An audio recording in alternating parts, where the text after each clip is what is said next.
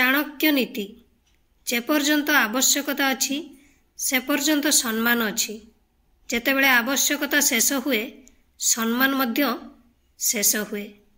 चाणक्य नीति अनुसार दुनिया स्वार्थ उपर आधारित जेपर्यंत तुमे उपयोगी से पर्यंत तुमको सम्मान दियाजिबो।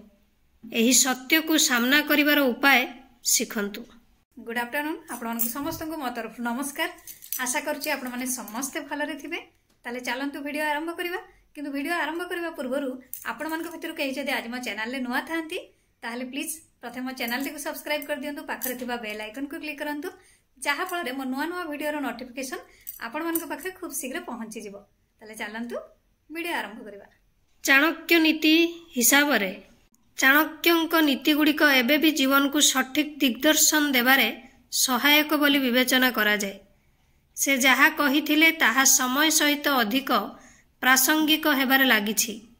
चाणक्य जीवनर तिक्त सत्य को प्रकाश करिबा समय रे कहिथिले जे एही चिंताधारा आमको संपर्क एवं समाज रो वास्तवता को बुझिबा पई एक संकेत दिए।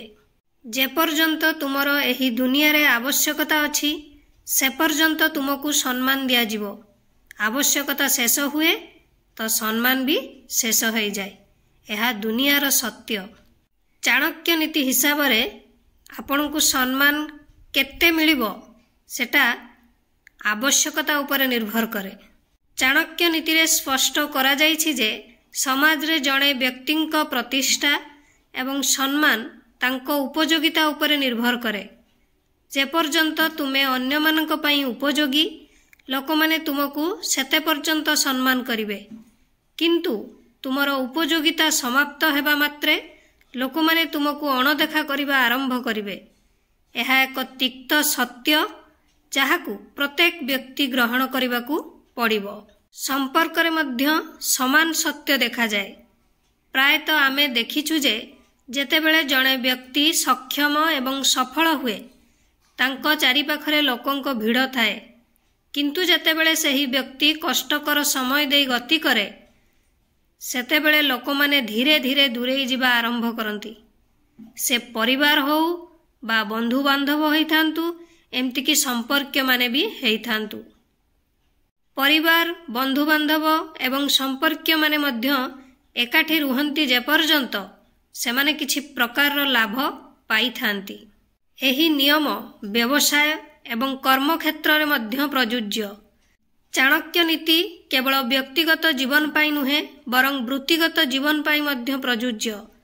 जे पर्यंत जणे कर्मचारी संगठन पाई लाभदायक से पर्यंत कंपनी रे तांकर गुरुत्व रही थाए। तांकर अवदान ह्रास पाइबा मात्रे तांकू बाहर करि दिया जाए। सेथि पाई निरंतर निजको विकास करिबा एवं आत्मनिर्भरशील हेबा अत्यंत गुरुत्वपूर्ण। एही कठोर सत्य को किपरि सामना करिवे। आत्मनिर्भरशील हुओ। निजको अन्य मानक उपरे निर्भरशील कर नाही एवं निजर दक्षता उन्नत कर। व्यक्तिगत मूल्य वृद्धि करंतु। अर्थ आपण उपयोगी रहिबाकू निश्चित करिबा पई निरंतर एवं आपणकर ज्ञान एवं दक्षता को विकास करंतु। धैर्य एवं बुझामणा व्यवहार करंतु। भावनार बशवर्ती हेबा परिवर्ते व्यवहारिक हुअन्तु। प्रकृत संपर्क को चिन्हन्तु। जेउ माने कौनसी स्वार्थपरता बिना आपणक सहित अछंती सेमानंकु प्राथमिकता दियन्तु। आचार्य चाणक्यंक एही शिक्षा आमको एक वास्तववादी आभिमुख्य ग्रहण करिबाकू एवं निजको स्वावलंबी करिबाकू प्रेरणा दिए। एही दुनिया स्वार्थपरता उपरे आधारित एवं जे पर्यंत जणे व्यक्ति उपयोगी से पर्यंत से सम्मान प्राप्त। तेणु निजको शक्तिशाली करंतु एवं एपरी परिस्थिति सृष्टि कर जेउठारे लोक माने तुमर क्षमता पई सम्मान करिवे केवल तुमर आवश्यकता जगु नुहे। चाणक्य नीति अनुसार समस्तंकु तुमर दुख कुह नहीं। प्रथमे जानंतु किए तुमर प्रकृत सहानुभूतिशील। समस्तंक सहित निजर दुख बांटिबा ठीक नुहे। आपण आपणकर समस्या केवल सठिक व्यक्तिंक सहित शेयर करिबा उचित। आचार्य चाणक्य तांकर बुद्धिमता एवं नीति पाई प्रसिद्ध। से जहा कुहंती ताहा केवल राजनीति रे नुहे बरं जीवनर प्रत्येक क्षेत्र रे गुरुत्वपूर्ण प्रमाणित हुए। से एक बहुत गुरुत्वपूर्ण कथा कहिथिले जे तुमर कष्ट समस्तंकु कुह नाही। मलम केवल अधा घरे मिले किंतु लुण प्रत्येकंक घरे मिले। तुमर दुख समस्तंक सहित बांट नाही। एही उक्ति दर्शाउछि जे दुनिया रे समस्ते तुमर समस्यार समाधान करिवे नाही, किंतु किछि लोक अछंती जे माने तुमर दुख को आहुरी बढ़ाई पारंती। एही नीति ग्रहण करी आमे जीवनर बड़ समस्या को एड़ाई परिबा। तुमे तुमर दुख काहींकी बांटिबा उचित नुहे, कारण अनेक समय रे आमे भावप्रवण होई जाऊ एवं आमर समस्या अन्य मानक सह शेयर करबा को लागि पड़ू। किंतु समस्ते आमर भावना बुझिबा जरूरी नुहे। किछि लोक सहानुभूति देखांती तो किछि लोक से टाइम रे उपहास भी करि पारंती।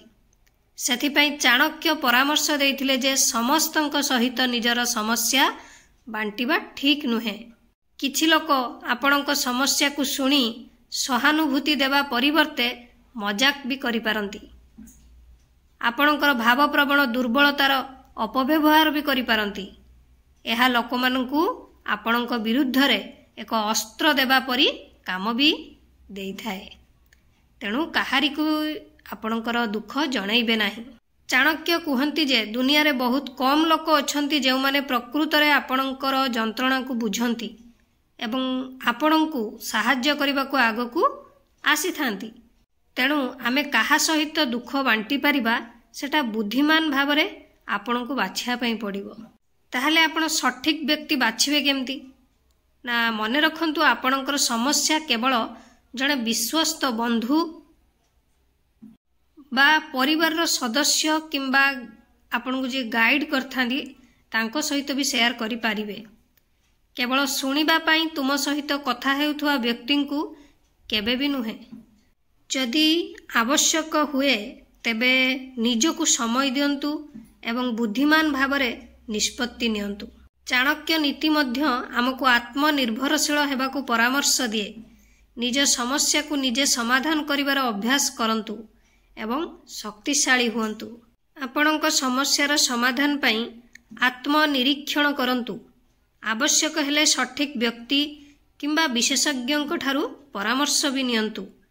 आपणकर भावना को नियंत्रण रे रखंतु एवं कौनसी तरबर होई निष्पत्ति नियंतु नाही। चाणक्यंक एही नीति आमको शिक्षा दिए जे समस्ते सहानुभूतिशील नुहंती एवं आमर समस्या समस्तंक सहित बांटिबा परिवर्ते आमे केवल सठिक व्यक्तिंक सहित कथा हेबा उचित। भाव प्रवणतारे बुड़ी काहाकू विश्वास करिबा ठीक नुहे, बरं भल भावरे विचार करिबा परे निष्पत्ति नेबा बुद्धिमान रो काम। तेणु परवर्ती समय रे जेतेबेले तुमे कौनसी समस्यार सम्मुखीन हुओ, प्रथमे निजको पचार मु जहाँकू कहिबाकू जाउछि से कौन प्रकृत रे मो पई सर्वोत्तम चाहंती। आशा करूची आपण मानको भिडियोटी भल लागिथिबो। जदि भल लागिथे ताले निहाती लाइक कमेंट शेयर सब्सक्राइब कर देबे। मते ताले विदाई दियंतु। पुणी देखा हबो नेक्स्ट वीडियो रे। नमस्कार।